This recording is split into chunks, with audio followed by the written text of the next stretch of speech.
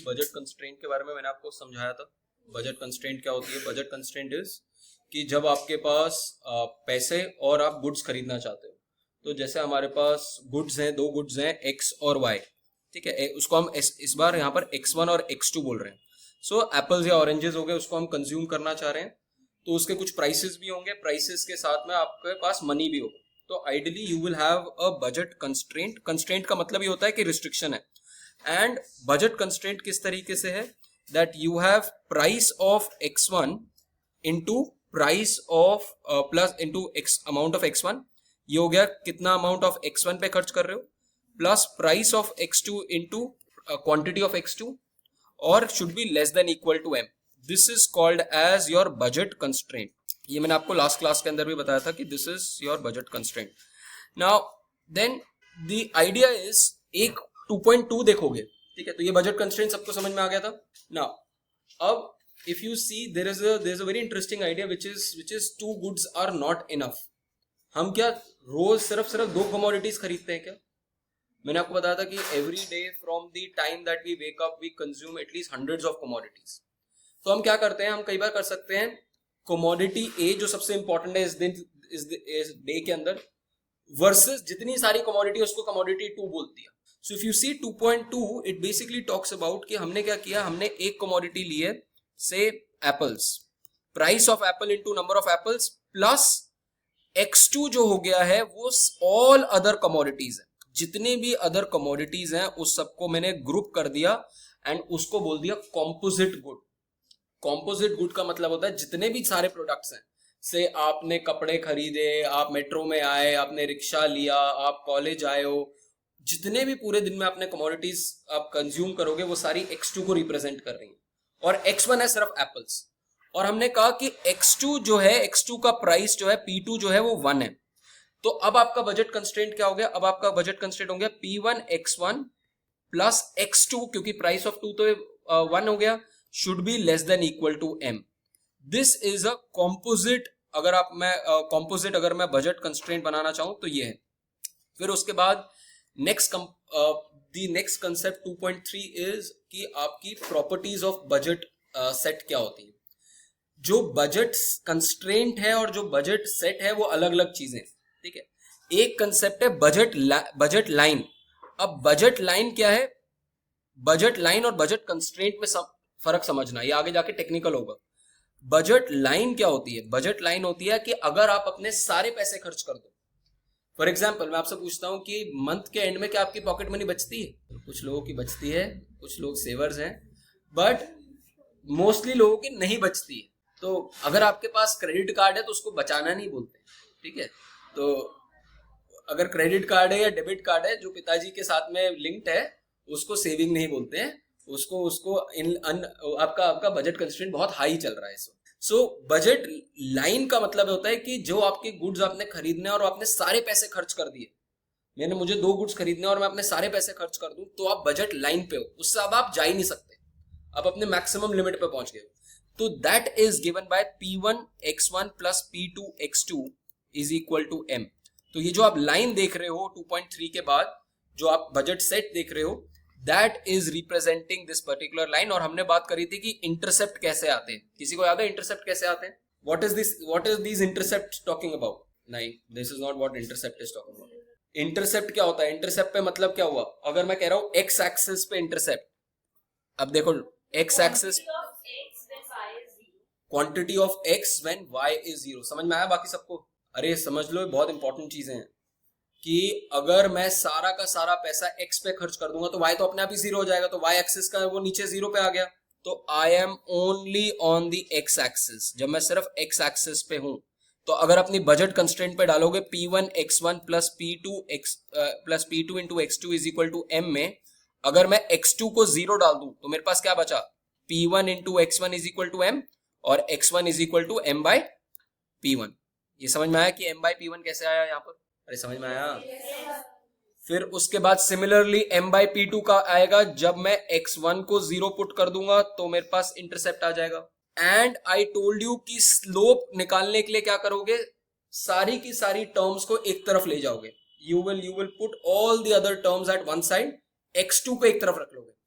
And याद रखना ये चीज, इकोनॉमिक्स के अंदर जब भी आप ऐसे केसेस करोगे, जब ऑप्टिमाइजेशन के अंदर करोगे, तो भी आपको ये चीज करनी पड़ेगी कि आपको जो चीज y एक्सिस पे है उसको एक तरफ रखना है और जो x एक्सिस पे है उसको एक तरफ लेके जाना है। x एक्सिस की सारी टर्म्स एक तरफ ले जाओ, y एक्सिस की टर्म को एक तरफ ले जाओ। तो उस पे अगर आप देखोगे तो आपका आएगा x2 is equal to m upon p2 minus p1 upon p2 into x1। याद है, ये मैंने लास्ट क्लास में भी बताया था आपको।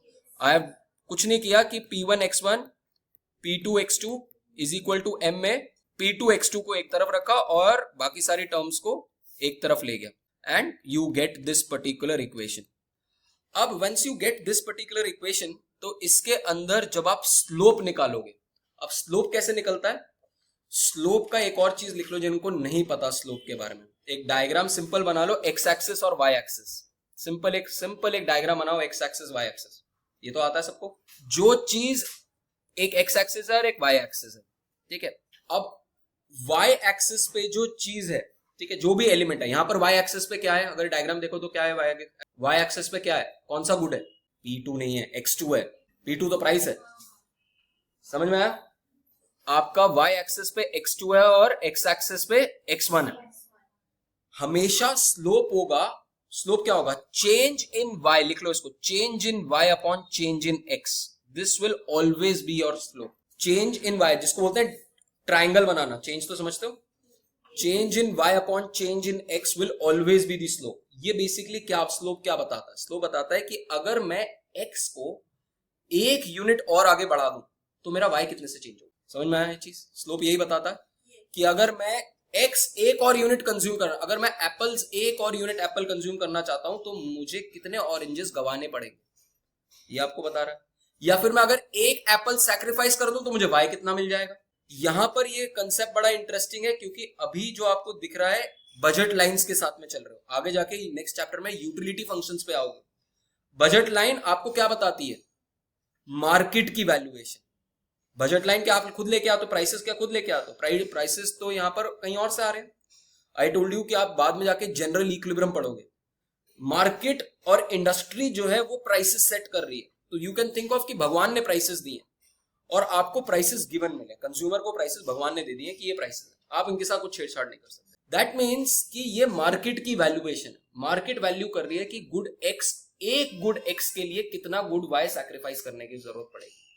अगर आपको एक एप्पल लेना है तो 2 सैमसंग को सैक्रिफाइस करने की जरूरत पड़ेगी, अगर मैं इस तरीके से देखूं। सो इस केस में change in y upon change in x को क्या बोल सकता हूं मैं, हमारे वाले केस के अंदर, हमारे केस में y की जगह क्या है, x2, change in x2 upon change in x1 लिख सकता हूं इसको मैं। तो जो हमारे पास 2.4 में जो हमारे पास इक्वेशन दे रखी है, इसके अंदर अगर मैं चेंज इन x2 करूं, चेंज इन x1 करूं तो x2 कितने से चेंज होगा, कैन आई से कि change in x2 upon change in x1 is equal to minus p1 by p2। क्या बोल सकता हूं इसको, समझ में आया कि मैंने क्या करा, मैंने कहा कि मैं x1 चेंज कर रहा हूं, x1 के आगे डेल्टा लगा दो तो उसकी वजह से x2 चेंज हो रहा है और m बाई p2 में तो कुछ चेंज नहीं हो रहा है, ये तो जीरो ही हो चुका होगा। ठीक है, मैं आपको बेसिक डिफरेंशिएशन बता रहा हूं कि डिफरेंशिएशन भी कैसे हो रहा होता है। जिनके पास मैथ्स रही है वो तो सिंपल कर सकते हैं कि इसको पार्शियल डिफरेंशियल कर दो, इसका del x2 upon del x1। तो जिनको अच्छे से मैथ्स आती है वो कह सकते हैं del x2 by del x1 is equal to minus p1 by p2। इस तरीके से भी लिख सकते हो पार्शियल डेरिवेटिव से, बट जिनको मैथ्स का दिक्कत है वो इस तरीके से समझ सकते हैं। नाउ एंड यहां पर इसीलिए the formula tells you how many units of x2 the consumer needs to consume in order to satisfy the budget constraint if she is consuming x1 units of good one. So this is what this particular topic is telling you. Then उसके बाद हमने इसके बारे में already बात कर लिया, नीचे ही आपके पास स्लोप्स के बारे में बात कर रखी है, you can easily check this out, ये पूरा concept you can check it out. Now comes the budget constraint. अब बजट कंस्ट्रेंट के अंदर हमने एक और चीज पढ़ी थी, हमने क्या पढ़ा था कि बजट लाइन जो है वो चेंज कर सकती है। कैसे चेंज कर सकती है कि अगर मैं पैसे ज्यादा दे दूं तो बजट लाइन शिफ्ट हो जाएगी। सपोज मैंने आपको एग्जांपल बताया था कि सपोज आपके पास 100 रुपए हैं, अब मैं 200 रुपए दे दूं तो number of goods that you can buy is going to increase, but जो मार्केट की वैल्यूएशन है गुड एक्स की और गुड वाई की, वो तो प्राइसेस तो चेंज नहीं हुए, आपकी पॉकेट मनी इंक्रीज हुई। तो फॉर एग्जाम्पल अभी आप स्टूडेंट हो, जब आप काम करना शुरू कर दोगे, जरूरी थोड़ा ना कि प्राइसेस चेंज हो रहे हैं, प्राइसेस तो सेम चीज उतने ही है, बट आपकी क्योंकि इनकम बढ़ गई इसलिए आप ज्यादा चीजें खरीद सकते हैं, प्राइसेस में कोई ज्यादा मेजर चेंज नहीं आया।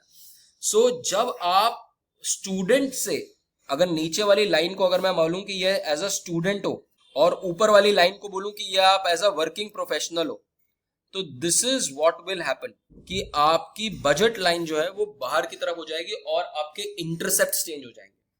आपका इंटरसेप्ट कैसे चेंज होगा, अब m डैश अपॉन P1 और m डैश अपॉन P2 हो चुका होगा, क्योंकि आपकी इनकम बढ़ चुकी है। Nothing will happen to the slope will still be P1 by P2। उसको स्लोप को कुछ नहीं होगा, और स्लोप नेगेटिव इसलिए है क्योंकि it's a downward sloping line. उसके बाद नेक्स्ट कंसेप्ट इज कि अब हम बात करते हैं कि हमारा स्लोप जो है चेंज हो रहा है, इसको हम बोलते हैं पिविट करना। ठीक है, मैंने लास्ट क्लास में भी आपको एक बार बताया था कि पिविट हो रहा है। अब सपोज मैं कहता हूं कि एक कमोडिटी का प्राइस बढ़ जाए, सपोज मैंने कहा कि price of commodity 1 increases. Let's take the case, example ही लिख लो कि जैसे फॉर एग्जाम्पल मैंने कहा कि P1 is equal to 5, P2 is equal to 10 and M is equal to 100। ठीक है, अब मुझे इसके इंटरसेप्ट्स बताओ कि इंटरसेप्ट्स क्या होंगे और स्लोप क्या है। मुझे इंटरसेप्ट्स चाहिए और स्लोप चाहिए। स्लोप तो 1 सेकंड में बता सकते हो, स्लोप निकालने में थोड़ा टाइम लगना चाहिए, स्लोप तो 1 सेकंड में आ सकता है। -1/2 स्लोप, इनिशियल स्लोप क्या है -1/2, क्योंकि it's minus P1 by P2, it is -5/10 1/2। और इंटरसेप्ट क्या है x20 y10। सबने वर्क अराउंड कर लिया है। अब मान लो price of 1 increases to say P1 dash changes to 10, then what will happen? See this quickly. Slope क्या हो जाएगा, नया स्लोप क्या हो जाएगा -P1 dash by P2, तो that is 10/10, 1 हो गया, -1 स्लोप।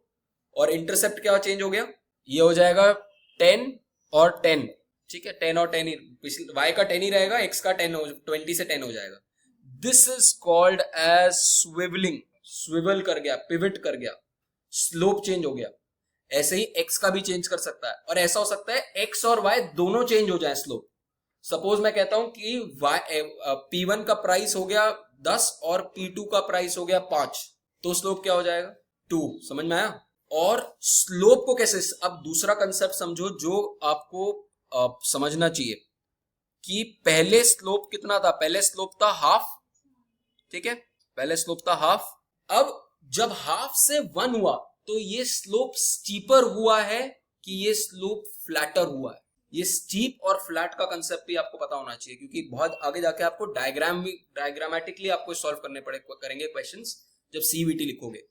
तो अब आपका स्लोप जो है वो स्टीपर हुआ है। और अगर मैं अब बोलूं कि जो नया स्लोप निकाला है उसमें और क्या हुआ है, स्टीपर हुआ है, फ्लैटर हुआ है, स्टीपर हुआ है, फ्लैटर हुआ है।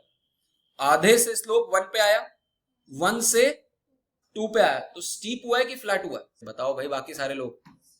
स्टीप हुआ है, और अंदर चला गया है वो, और स्टीप हो गया है। ठीक है, सो और इस केस के अंदर y का भी वो चेंज होगा, एक्सेस चेंज होगा, ध्यान रखना, क्योंकि दोनों के प्राइसेस चेंज हो रहे हैं। तो बी केयरफुल कि वो आपका y एक्सेस सेम नहीं रहेगा, अब आपका y एक्सेस भी चेंज होगा क्योंकि y का प्राइस भी चेंज हुआ है, तो दोनों प्राइसेस भी चेंज हो सकते हैं। तो हमेशा डायग्रामेटिकली भी चीजों को सोचना, डायग्रामेटिकली और मैथमेटिकली दोनों। देन नाउ सपोज अब इसी ने इसको कैसे किया, इसने कहा कि उसने t लगा दिया इसके आगे कि suppose prices of both prices become t times as large. तो t टाइम्स अगर एज लार्ज हो जाए, मान लो मैंने कहा कि t टाइम्स एज लार्ज हो जाए, तो t कॉमन हो जाएगा दोनों में, तो t into P1 t into P2, t को कॉमन ले लो तो m/t। तो बेसिकली इससे क्या हुआ कि आपका बस बजट लाइन की जो होगी वो अंदर हो जाएगी और कुछ नहीं चेंज होगा अगर दोनों के प्राइसेस सेम तरीके से बढ़ गए। So this is something that you should know. Then comes the concept of numeraire. It's also very very interesting concept कि नुमरेयर क्या बताता है। नाउ बजट लाइन जो है it is defined by 2 prices and 1 income. Okay folks, so last class we had covered budget constraint, ठीक है, we had also covered two goods are not enough. मैंने आपको कॉम्पोजिट गुड बताया था, याद है कि सारे गुड्स को एक ही मान लो तो कॉम्पोजिट गुड हो जाता है. फिर properties of budget line and budget line बनाते कैसे हैं.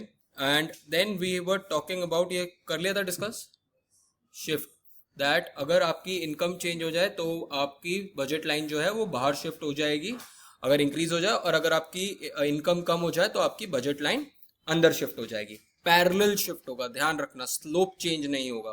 And what is the slope of the budget line? Minus P1 by P2. It is the reflection, ध्यान रखना इस चीज का. ये क्या रिफ्लेक्ट कर रहा है? ये रिफ्लेक्ट कर रहा है कि मार्केट दोनों गुड्स को कैसे वैल्यू करता है. आप कैसे वैल्यू नहीं करते ये नहीं बता रहा. आप हो सकता है वैल्यू करते हो कि एप्पल फोन 4 गुना अच्छा है सैमसंग के फोन से, आपकी वैल्यूएशन 4 गुना हो सकती है, मार्केट की वैल्यूएशन 2 गुना है. तो जब हम बजट कंस्ट्रेंट की बात करते हैं तो budget constraint is telling you the market comparative valuation that it has put off good 1 versus good 2, and that is the slope. And the slopes can change. हमने बात करी थी कि अगर आपका प्राइसेस बढ़ जाए तो आपका स्लोप जो है अंदर हो सकता है, स्टीपर हो जाएगा. अगर हम गुड X1 के बारे में बात करें और अगर X1 अगर आपका प्राइसेस कम हो जाए तो आपका स्लोप फ्लैटर हो जाएगा. सो एंड इंटरेस्टिंग केस, अब यहां से हम देख रहे थे, इंटरेस्टिंग केस क्या है कि सपोज इफ आई से कि दोनों कमोडिटीज जो है 2 गुना प्राइस जो है कि कोई एक फैक्टर है जिससे T से मल्टीप्लाई. फॉर एग्जांपल मैंने कहा दोनों कमोडिटीज जो है 2 टाइम्स बढ़ गई. अगर मैं बोलूं, मान के चलो कि आप 2 कमोडिटीज कंज्यूम कर रहे थे और मैंने कहा दोनों कमोडिटीज 2 टाइम्स बढ़ गई हैं, what will be the impact? सोच के देखो. अगर मैं कह रहा हूं दोनों कमोडिटीज का प्राइस 2 गुना हो गया, क्या होगा? सोच के देखना. What I am saying is price of commodity 1 was 10 rupees, price of commodity 2 was 5 rupees. Now the new price of commodity 1 is 20 rupees and new price of commodity 2 is 10 rupees. What do you think has happened? फिर से सोचो, बनाओ ना, slope बनाओ, slope बताओ, slope क्या होगा इसका? पहले स्लोप क्या था? पहले स्लोप कितना था? अब स्लोप कितना है? तो फिर स्टीपर और फ्लैटर कैसे हो गया फिर? हाँ, तो क्यों हुआ अंदर शिफ्ट? अगर मैंने कहा आप जितनी भी कमोडिटीज खरीद रहे हो आज उनका प्राइस डबल हो जाए, don't you think it also I can also say the same thing कि आपकी इनकम हाफ हो गई? अगर मैं ये कह रहा हूं प्राइसेस सारी कमोडिटीज के सेम तरीके से बढ़ गए, तो इधर इसने क्या कहा? इधर देखो, इसने इसी चीज को इसने थोड़ा कॉम्प्लिकेटेड तरीके से बोल दिया. इसने कहा कि दोनों कमोडिटी का प्राइस जो है वो T से बढ़ गया. प्राइस ऑफ 1 को क्या लिखा है? T into price of 1, where T can be 2 also. मैंने डबल बोला था ना कि डबल हो गया प्राइस. और into X1 plus T into P2 into X2. तो अगर मैं T को कॉमन ले लूं तो ये आ जाएगा कि M अपॉन T. समझ में आया कि this will be a parallel shift. This is one of these cases where the prices have changed, but because both the prices have changed by the same amount, इसीलिए the effect on budget line is. Now एक और case, let me give you another case. The next case is, suppose मैं आपको कहता हूं, आपका initial case था P1 is equal to 10, P2 is equal to 10, M is equal to 100.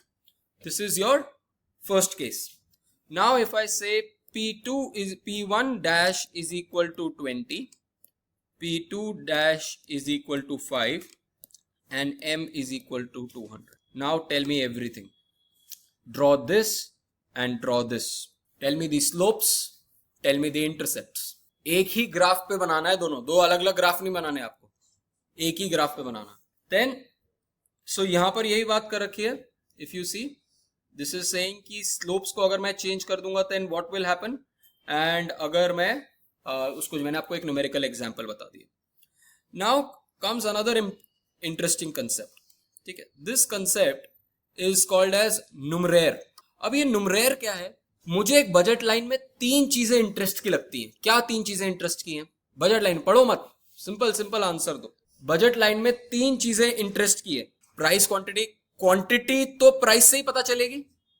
ठीक है, तो अल्टीमेटली मेरे पास price of commodity 1, price of commodity 2 and income, these are the 3 interesting candidates. ये 3 इंटरेस्टिंग चीजें हैं. बट एक जो वैल्यू है इनमें से रिडंडेंट है इन द सेंस कि मैं 3 चीजों के बजाय सिर्फ 2 चीजों के बारे में बात कर सकता हूं। मुझे जरूरी नहीं है कि तीनों चीजों के बारे में, तीनों चीजें। अगर मैं एक प्राइस को ले लूं कि ये फिक्स्ड है, I will give you an example of this. अब इसका example, give me a second. So if you want to see this, what I will do is I will just, यहां पर मैंने आपको न्यूमरेयर का एक बड़ा अच्छा एग्जांपल दिया। By the way there are lot of questions here, तो do try attempting those questions. Now अब सपोज न्यूमरेयर का एग्जांपल ना आपको वैसे समझना थोड़ा मुश्किल है, बट सपोज मैं आपको कहता हूं कि आपके रिलेटिव प्राइसेस मैटर करते हैं rather than absolute prices. Now what do I mean by relative prices matter करते हैं?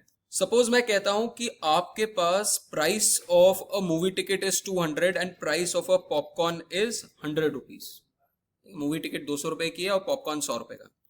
तो can I say that the relative price of movie ticket is 2 popcorns? चाहे मैं इसको, अगर मैं इसको 200 भी कर दूंगा तो ये 400 हो चुका होगा, अगर मैं इसको 1 भी कर दूंगा तो ये 2 हो गया होगा। तो मैं हर चीज को अपनी उसमें डिफाइन कर सकता हूं, अपने न्यूमरेयर के अपने एक कमोडिटी को मैंने फिक्स कर लिया, एक कमोडिटी का प्राइस फिक्स कर लिया, and everything else has become relative to what I am using.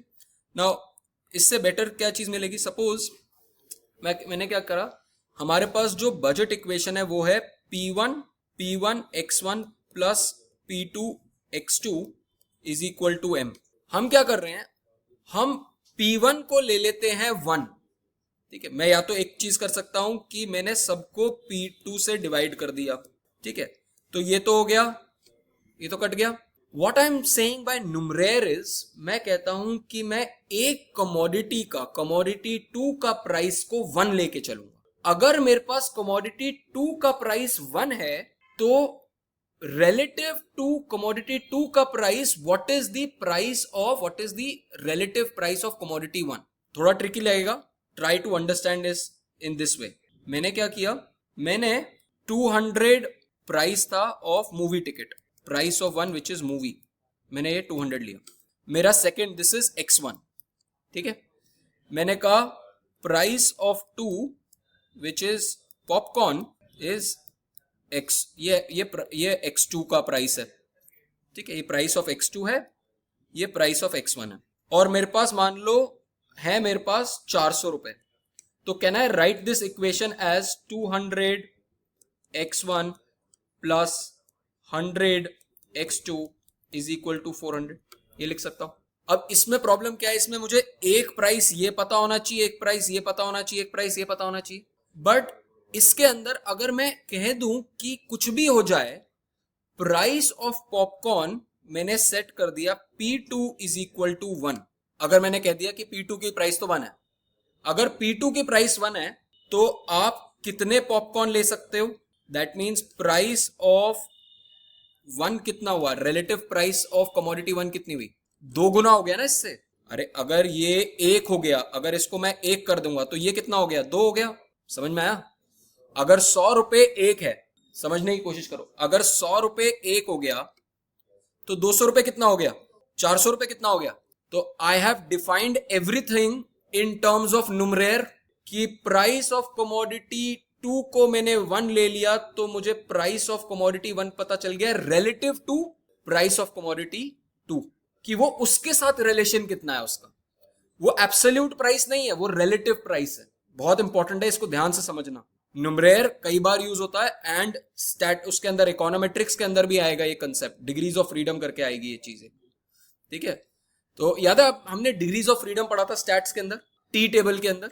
मैंने कहा था कि अगर 3 नंबर हो तो उनमें से 3 नंबर हो तो उनमें से 2 ही नंबर एक्चुअली जरूरी होते हैं पता करना, तीसरा नंबर अपने आप ही निकल जाएगा, क्योंकि कुछ ना कुछ कॉम्बिनेशन, डिग्रीज ऑफ फ्रीडम मैंने बताया था। सिमिलरली यहां पर है 3 नंबर्स हैं, 3 नंबर में से अगर आपको एक नंबर आपने अज्यूम कर लिया तो बाकी 2 नंबर को तो उन्हीं के रिलेशन में डिफाइन कर दो ना।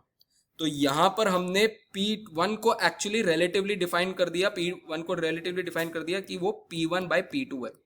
और इनकम को कैसे डिफाइन कर दिया, इनकम को डिफाइन कर दिया कि वो M बाय P2 है। यही करा ना हमने, इसी तरीके से करा, एक तरीके से मैंने 100 से सबको डिवाइड कर दिया था ना, यही करा। तो इस तरीके से न्यूमरेयर जो है हमें काफी हेल्प देता है in terms of understanding. Now अब नुमरेर जो है टिपिकली हम बोला जाता है when we set one of the prices to one as we did above. हमने यहां पर देखो क्या किया. Numeraire the budget line is defined by two prices and one income, but one of them is redundant. We can peg one of the prices or income to fix some fixed value and adjust the other variable to describe the exact same budget set. यही मेरे पास budget line थी, मैंने उस सबको P से divide कर दिया तो मेरे पास बजट लाइन ये बन गई. इस सबको मैं M से भी डिवाइड कर सकता था तो मेरे पास ये बजट लाइन बन गई. बजट लाइन तो सेम ही है. सो एक को आप फिक्स कर सकते हो, उससे कोई फर्क नहीं पड़ता. When we set one of the prices to 1, the price is called as numeraire price. It will tell you, what will it tell you? Numeraire price क्या बताएगा, बाकी सारी चीजों के क्या बताएगा, relative to commodity 2, what is the price of commodity 1 and what is the income. तो हमने जैसे देखा relative to price of popcorns, price of movie ticket is twice it and my income is 4 times it. इस तरीके से define करना शुरू कर. So it will be convenient because one less price to worry about. समझ में आया पक्का ये? इसके मैंने आपको कुछ क्वेश्चंस भी दिए हैं यहाँ पर कि अगर आप इनकम अगर क्या कहते हैं, एक बड़ा अच्छा एग्जाम्पल भी. ना इमेजिन कि आप और आपका दोस्त जो है वो हाइट्स के बारे में बात कर रहा है. अब हाइट जो है वो मीटर में भी हो सकती है और वो फीट एंड इंचेस में भी हो सकती है. दोनों हाइट के बारे में बात कर रहे हो, कोई और एप्पल्स टू एप्पल्स कंपेयर कर रहे हो, बट आप डिफरेंट यूनिट्स के बारे में बात कर रहे हो. अगर आप if you both agree to use your height as numeraire, तो अगर मैंने कहा कि मेरी हाइट जो है वो 1.75 मीटर्स है और मेरे दोस्त की हाइट जो है वो 5 फीट 9 इंचेस है, तो मैंने कहा मुझे नुमरेर बना दो. मुझे नुमरेर बनाने का मतलब क्या हुआ? अगर मैं कह रहा हूं कि मुझे नुमरेर बना दो तो क्या मतलब है उसका? नहीं, मुझे 1 बना दो ना. नुमरेर का मतलब ही क्या होता है? यही होता है कि 1 बना दो उसको. अगर मुझे 1 बना दोगे तो उसकी हाइट मेरे टर्म्स में आ जाएगी ना. तो मैंने क्या किया, अपने आप को 1 यूनिट टॉल बना दिया. मैं 1 यूनिट टॉल हूं तो मैंने उसकी हाइट को डिवाइडेड बाय 1.57 करूंगा तो पता चल गया मुझे कि कितना हुआ है. समझ में आया? तो अब मैंने उसकी हाइट को एक्सप्रेस कर दिया अपनी हाइट के टर्म्स में. समझ में आई ये चीज? तो इसीलिए ये एग्जांपल दिया था. सिमिलरली यहां पर और भी बहुत सारे एग्जांपल्स हैं. You can see these examples and solve the problem set. और एक किताब है जो आपको अपने पास रखनी है अगर आप एंट्रेंसेस के लिए सीरियस हो. ठीक है, एक वेरियन की वर्कबुक आती है. ठीक है, उसको खरीद लो. वेरियन की वर्कबुक को हर चैप्टर के बाद बहुत सारे प्रॉब्लम्स हैं उसके अंदर. मैं भी प्रॉब्लम्स दे रहा हूँ, वो भी प्रॉब्लम्स हैं. वो साथ प्रॉब्लम्स वहीं लिख के सॉल्व कर लो. ठीक है, जितने सॉल्व करोगे उतने आपके एंट्रेंसेस का आपका क्लैरिटी आएगी कि अच्छा मैं सॉल्व कर सकती हूँ उसको. देन यहाँ ये समझ में आ गया आपको? Is this clear? चलो नेक्स्ट बात करते हैं बड़ी interesting, which is taxes, subsidies and rationing. अब टैक्सेस, सब्सिडीज और रैशनिंग हमारे लिए इंपॉर्टेंट इसलिए है. सबसे पहले हम टैक्सेस के बारे में बात करेंगे क्योंकि गवर्नमेंट जो है, पहली बात तो ये तीनों चीजें जो है गवर्नमेंट के हाथ में. गवर्नमेंट टैक्स करती है, गवर्नमेंट सब्सिडी देती है और गवर्नमेंट राशन भी कर सकती है. राशन का मतलब होता है कि इतना अमाउंट आप ले सकते हो, इसके ऊपर आप नहीं ले सकते. अब अपने आसपास सोचो. I want you to think of an example कि सरकार ने क्या चीज अभी आपकी जिंदगी में राशन कर रखी है. खाना, गैस सिलेंडर. कैसे gas cylinder is one of the best examples. कैसे गैस सिलेंडर? गरीब लोगों को गैस सिलेंडर साल में 12 मिलते हैं. 12 गैस सिलेंडर आप ले सकते हो. 12वें के बाद अगर आप गैस सिलेंडर लोगे तो आपको पैसे देने पड़ेंगे ज्यादा. 12वें तक गवर्नमेंट क्या कहती है कि आप गैस सिलेंडर खरीदो, मैं आपके अकाउंट में पैसे डाल दूं. डायरेक्ट बेनिफिट ट्रांसफर बोलते हैं इसको. तो आपको सिलेंडर के लिए पैसे दिए जा रहे हैं. ऐसा नहीं दिया जा रहा कि बिना बात के पैसे. आप सिलेंडर खरीदोगे, आपके अकाउंट में पैसे आ जाएंगे. और 12 सिलेंडर. इसका ये मतलब नहीं है, और सरकार ने ऐसा क्यों करा? नहीं तो फिर तो मैं मिठाई की दुकान खोल लूं. सिलेंडर अगर फ्री है तो. हरियाणा और पंजाब में पूरी बर्बादी क्यों हुई है? क्योंकि पूरी की पूरी इन्होंने बिजली फ्री कर दी. जब बिजली फ्री कर दी, आपने राशन ही नहीं करा तो लोगों ने सारा पानी निकाल लिया ट्यूबवेल से, निकाल के खराब कर दी सारी जमीन. तो आपको राशन का कंसेप्ट जो है वो बहुत ज्यादा इंपॉर्टेंट होता है. अगर किसी चीज को राशन नहीं करोगे तो उसका मिसयूज होगा इकोनॉमिक्स. अब let's see the case of let's see the case of, अब हम बात करते हैं टैक्सेस की। अब सबसे पहले हम बात करेंगे क्वांटिटी टैक्स की। Will talk about quantity tax. Entrances में बहुत फेवरेट टॉपिक है क्वांटिटी टैक्स, और मुझे अपने ग्रेजुएशन में और एटलीस्ट पोस्ट ग्रेजुएशन में तो क्वांटिटी टैक्स और वैल्यू टैक्स में फर्क नहीं समझ में आया था। जब तक मैंने यूपीएससी की प्रेप नहीं करी थी तब तक मुझे समझ नहीं थी इन दोनों के डिफरेंस के बीच में। अब क्वांटिटी टैक्स सोचो क्या होता है, सोच के देखो क्वांटिटी टैक्स क्या बोल रहा होगा। क्वांटिटी पे टैक्स लगेगा, यूनिट पे टैक्स लगेगा। कैन यू थिंक, अपनी जिंदगी में सोचो कि क्वांटिटी पे कहां टैक्स लगता है और कौन सी ऐसी क्वांटिटीज है जिसपे सरकार टैक्स लगाना चाहती है। कि सरकार चाहती है कि एक भी यूनिट खरीदोगे तो मैं उस पर टैक्स लगाऊंगी, 2 यूनिट खरीदोगे तो 2 पे टैक्स लगाऊंगी, 3 खरीदोगे तो 3 पे लगाऊंगी। ऐसी कौन कौन सी चीजें हैं जिसपे क्वांटिटी टैक्स, या फिर इसको एक और नाम होता है इसका नाम होता है स्पेसिफिक टैक्स। नाम एक साथ लिखते रहना इन सबके। स्पेसिफिक टैक्स भी सेम चीज है, क्वांटिटी टैक्स भी सेम चीज है। अब सोचो कि क्वांटिटी टैक्स क्यों लगाया जाता है, कहां पर ठीक है कहां पर खराब है। अपना दिमाग लगाओ, पहले तो ये बताओ मुझे कि क्वांटिटी टैक्स कहां आपने देखा। सोचो, पर यूनिट टैक्स लगता है यहां पर। क्या जीएसटी क्वांटिटी टैक्स है? एक पिज्जा पे टैक्स लगता है कि पिज्जा के बिल के ऊपर टैक्स लगता है? अगर बिल पे टैक्स लगता है तो क्वांटिटी टैक्स होगा ही नहीं। वो ये थोड़ा ना देखता आपने 2 पिज्जा खाए 4 पिज्जा खाए। और सोचो अब, तो दैट मीन्स जो आपका GST it's not a quantity tax, something else. Will talk about it. और सोचो, इलेक्ट्रिसिटी बिल पे कौन सा टैक्स पे करते हो? वो तो यूजर चार्ज है। आप जितना यूज करोगे उतना चार्ज दोगे। It's not actually a tax. और सोचो, कोई ऐसी चीज जिसमें एक यूनिट खरीदने में टैक्स लग रहा हो। I give you example. आज I want you to create, आपने देखा है कि कॉस्ट ऑफ चीजें आती हैं कि एक चीज की कॉस्ट कैसे कैसे बनी हुई।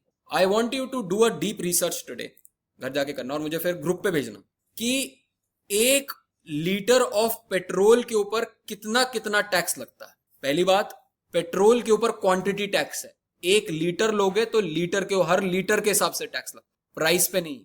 दूसरा एग्जाम्पल, सिगरेट्स, उसके ऊपर आपकी पर 1000 सिगरेट्स के ऊपर 4000 रुपए का टैक्स लगता है। दैट मीन्स हर सिगरेट के अंदर 4 रुपए जो है वो सरकार लेके जाती है। एक और एग्जाम्पल, अल्कोहल, हर लीटर के ऊपर सरकार टैक्स लेती है। बॉटल के ऊपर नहीं, वो उसके में ले रही है, हर लीटर पे टैक्स लेगी। कैन यू थिंक ऑफ कि सिगरेट्स और इसके ऊपर, अल्कोहल के ऊपर क्यों सरकार इस तरीके से स्पेसिफिक टैक्स ले रही है? रोकने के लिए।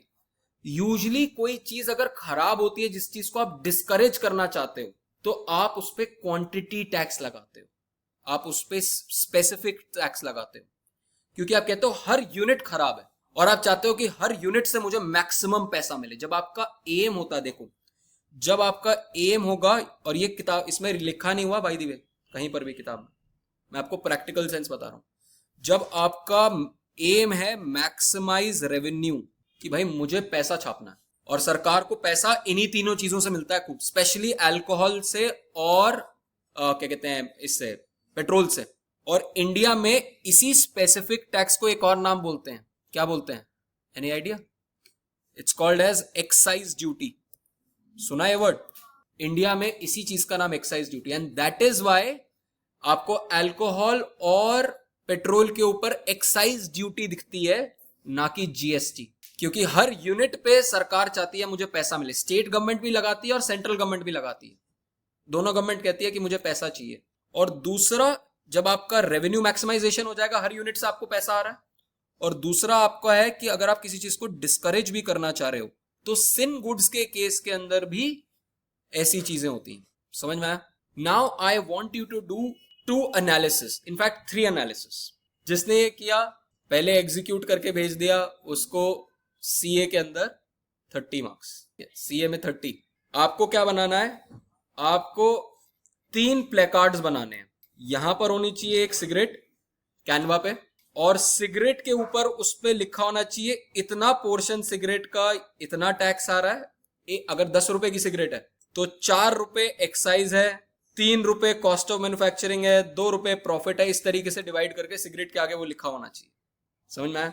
मुझे टैक्सेस देखने आपसे कि आप डायग्राम के साथ में, सिगरेट के डायग्राम के साथ में उसके आगे टैक्स देखें। ऐसे देखे होंगे कभी कभार डायग्राम, जैसे देखे होंगे तो एक सिगरेट का बनानी है और उसके आगे दिखाना है हाईलाइट करके कि इतना इतना पोर्शन टैक्स का है। ऐसे ही एक अल्कोहल की बोतल लेनी है और उसके ऊपर आपको टैक्स दिखाना है, और ऐसे ही पेट्रोल बनाना है और उसके ऊपर टैक्स दिखाना है। कैनवा पे ही अच्छा बनेगा, और किस पे बनेगा? फोटोशॉप पे बना लो, अगर थोड़ा कॉम्प्लिकेट करना है तो। हाथ से नहीं बना सकते, हाथ से नहीं बना सकते। चलो नाउ समझ में आया कि क्या है क्वांटिटी टैक्स क्या है। बट एक प्रॉब्लम है क्वांटिटी टैक्स के साथ में, ठीक है। अब प्रॉब्लम क्या है क्वांटिटी टैक्स के साथ में, कि अगर प्राइसेस बढ़ेंगे तो मेरा जो क्या कहते हैं इफेक्टिवनेस है वो कम हो जाएगा। मुझे तो पर यूनिट मिल रहा है ना टैक्स, कॉस्ट ऑफ प्रोडक्शन नहीं भी होगा तो भी चल जाएगा। मुझे बताओ कि अगर 10 रुपए की सिगरेट है तो उसमें से टैक्सेस कितने हैं।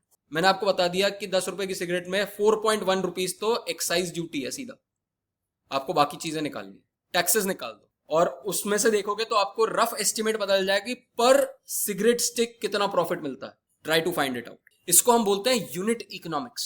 वेरी इंटरेस्टिंग फील्ड है।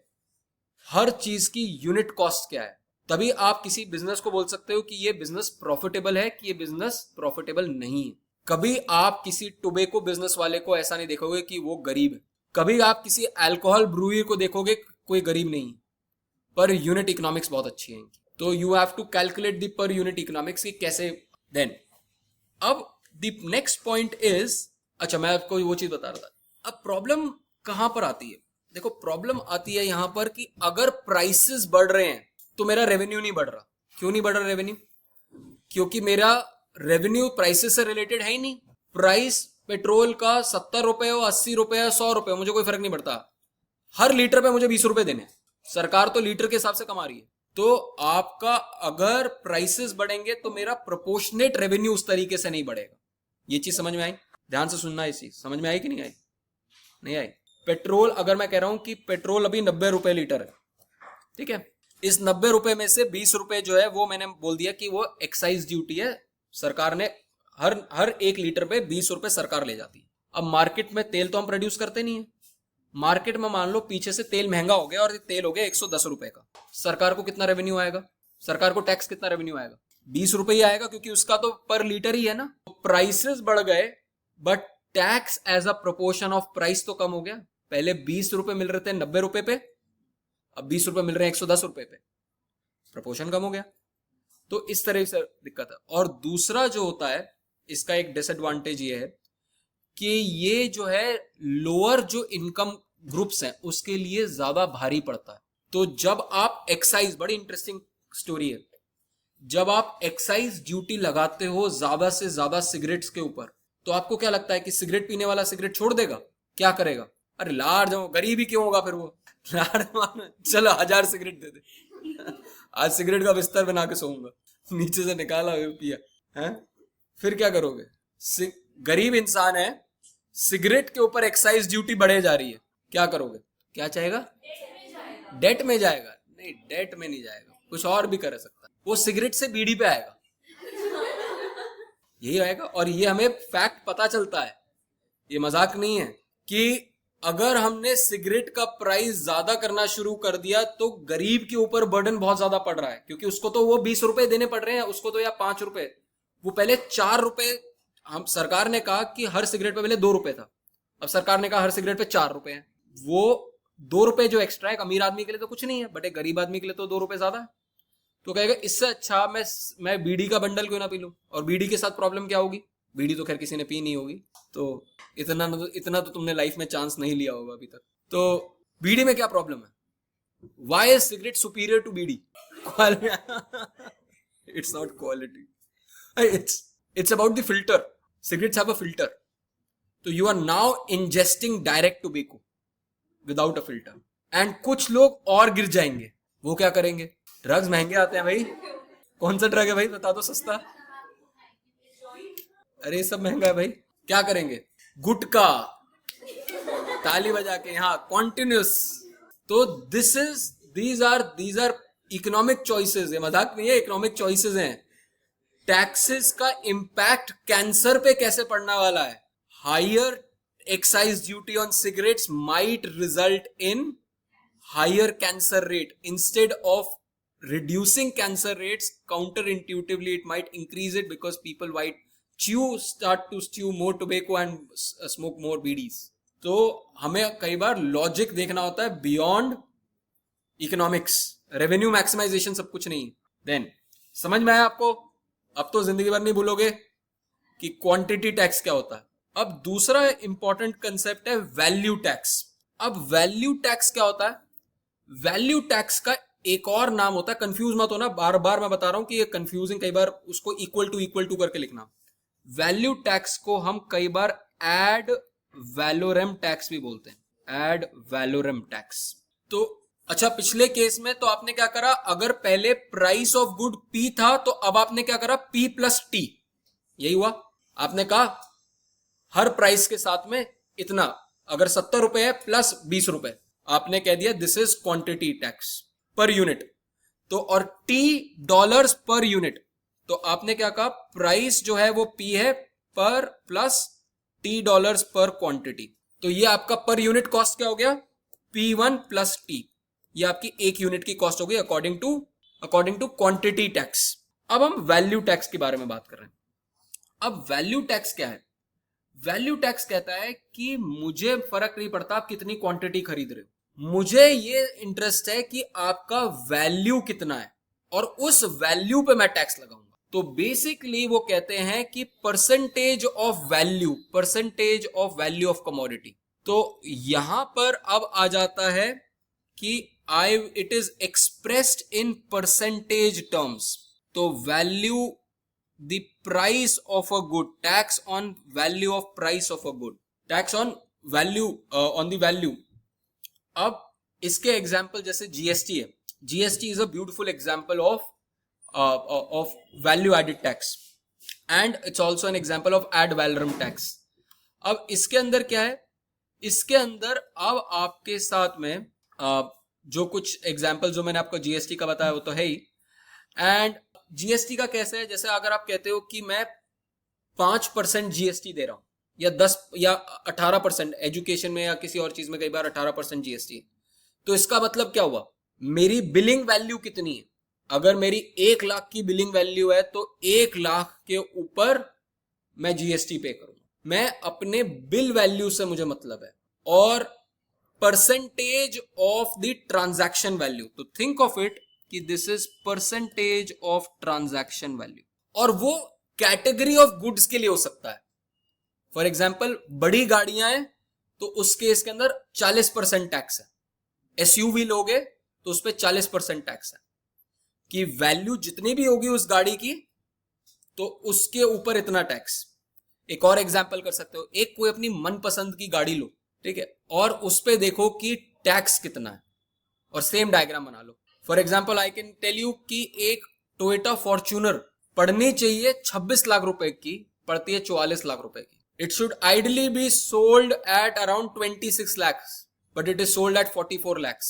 टोयोटा जो कंपनी बना रही है वो शायद से 1 लाख रुपए बना रही है उस प्रोडक्ट पे, और सरकार 18 लाख रुपए बना रही है। And this will tell you another insight, that is why people are interested in buying these high end cars in second hand. High end cars या तो कंपनी के नाम से बिकती है क्योंकि उसमें जीएसटी कंपनी दे रही है, या फिर आप सुपर रिच हो या आप बहुत पुअर टैक्स प्लानर हो। और सेकेंड हैंड कार्स में क्या है कि वहां पर कैश डीलिंग हो सकती है, इसीलिए you will see urban areas में बहुत सारे सेकेंड हैंड कार्स वाले कैश डीलिंग के अंदर चलती है। तो अब यहां पर क्या है, यहां पर ट्रांजैक्शन के ऊपर वो है। अब ट्रांजैक्शन जितने की भी होगी उसके हिसाब से आपका टैक्स लगेगा। एक और एग्जाम्पल होता है कस्टम्स ड्यूटी। इंडिया का एग्जाम्पल हो गया एक तो जीएसटी, दूसरा हो गया कस्टम ड्यूटी, तीसरा हो गया प्रॉपर्टी टैक्स। प्रॉपर्टी टैक्स इस चीज पे मैटर करता है कि आपके घर की वैल्यू क्या है। अगर आप जीके में रह रहे हो, साउथ दिल्ली में रह रहे हो, तो आप प्रॉपर्टी टैक्स ज्यादा दोगे, अमीर हो। अगर आप ईस्ट दिल्ली के अंदर कोने में रह रहे हो तो आप प्रॉपर्टी टैक्स कम दोगे क्योंकि मार्केट वैल्यू उस लैंड की कम है। तो यहां पर, और कस्टम ड्यूटी के अंदर भी यही होता है, कस्टम ड्यूटी के अंदर आप परसेंटेज ऑफ वैल्यू जो आपकी कमोडिटी है उसके ऊपर आप टैक्स देते हो, custom duty. So these are examples. अब बेनिफिट क्या है, कुछ एग्जांपल्स क्या है। एक, क्या इसका रेवेन्यू स्टेबल होगा कि फ्लक्चुएट करेगा? सोच के देखो, इसका रेवेन्यू स्टेबल रहेगा कि फ्लक्चुएट करेगा?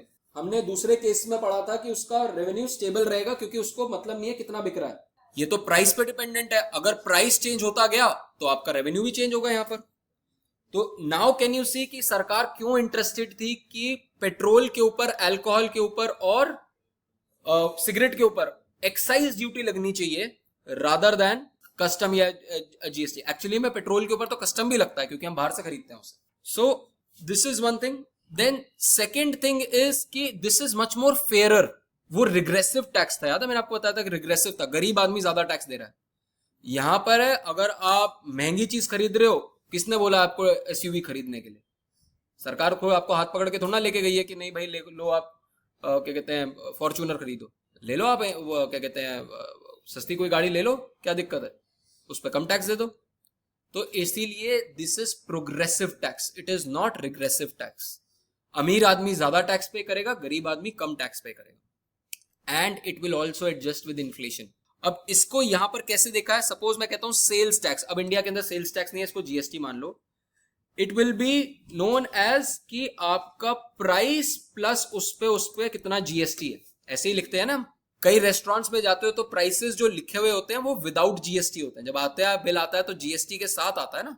आपने 100 रुपए का पिज्जा खरीदा और उसके ऊपर 5% जीएसटी, ये प्राइस के ऊपर जीएसटी लगा है, क्वांटिटी के ऊपर नहीं लगा। आपने 2 पिज्जा भी खरीदे, 3 पिज्जा भी खरीदे, 4 पिज्जा भी खरीदे, किसी को कोई मतलब नहीं है।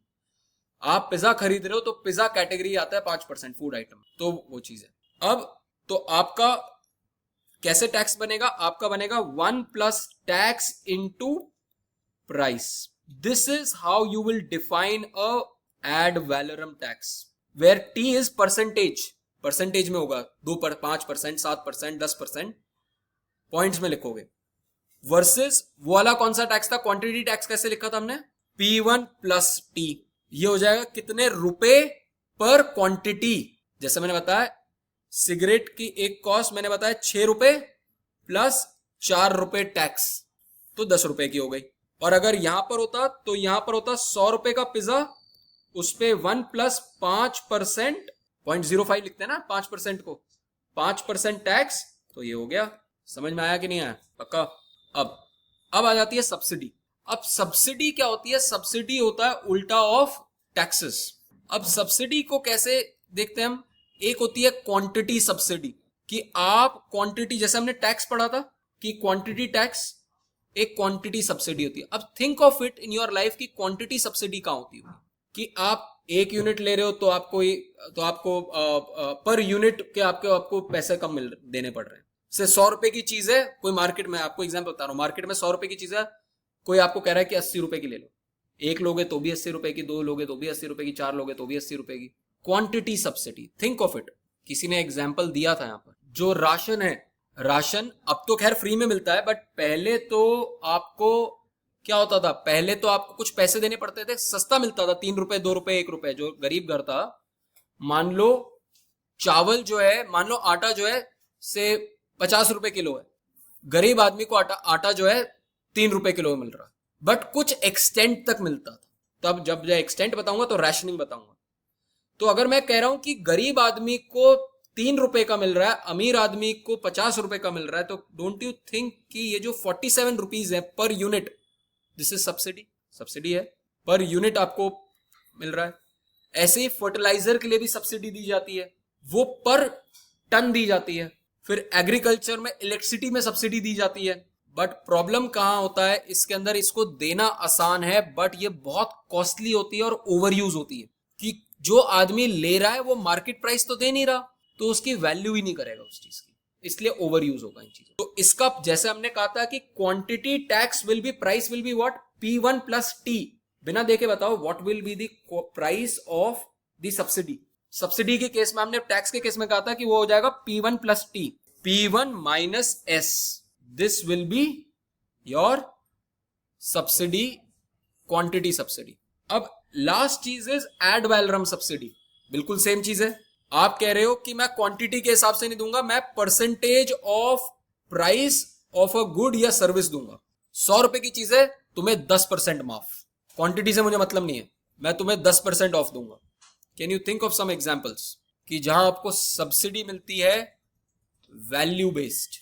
फॉर एग्जांपल, इंडिया में अगर आप गरीब घर से हो तो आपको जो टैक्स जो आपको वो देना पड़ता है, घर बनाने के लिए जो इंटरेस्ट रेट देना पड़ता है वो कम देना पड़ता है। अगर आप एक वुमेन एंटरप्रेन्योर हो तो आपका जो इंटरेस्ट रेट चार्ज होगा वो 8-9% नहीं होगा। उसमें सरकार कहती है नहीं, वुमेन एंटरप्रेन्योर हो आपको कम इंटरेस्ट रेट देना। इसको बोलते हैं इंटरेस्ट सबवेंशन, कि सरकार कहती है कि 10% नहीं चार्ज करोगे, आप 5% चार्ज हो, 5% मैं दे दूंगी। तो उस केस के अंदर आपने प्राइस ऑफ द कमोडिटी को आपने कम किया एज अ परसेंटेज। इस केस में क्या हो जाएगा, 1 माइनस, इधर ना यहाँ पर ये लिखा हुआ है 1 माइनस से एस भी कर सकते हो इसको, इंटू P1। तो this will be the subsidised rate. And the last is lump sum. Lump sum क्या होता है कि lump sum is fixed amount of tax या फिक्स्ड अमाउंट ऑफ सब्सिडी।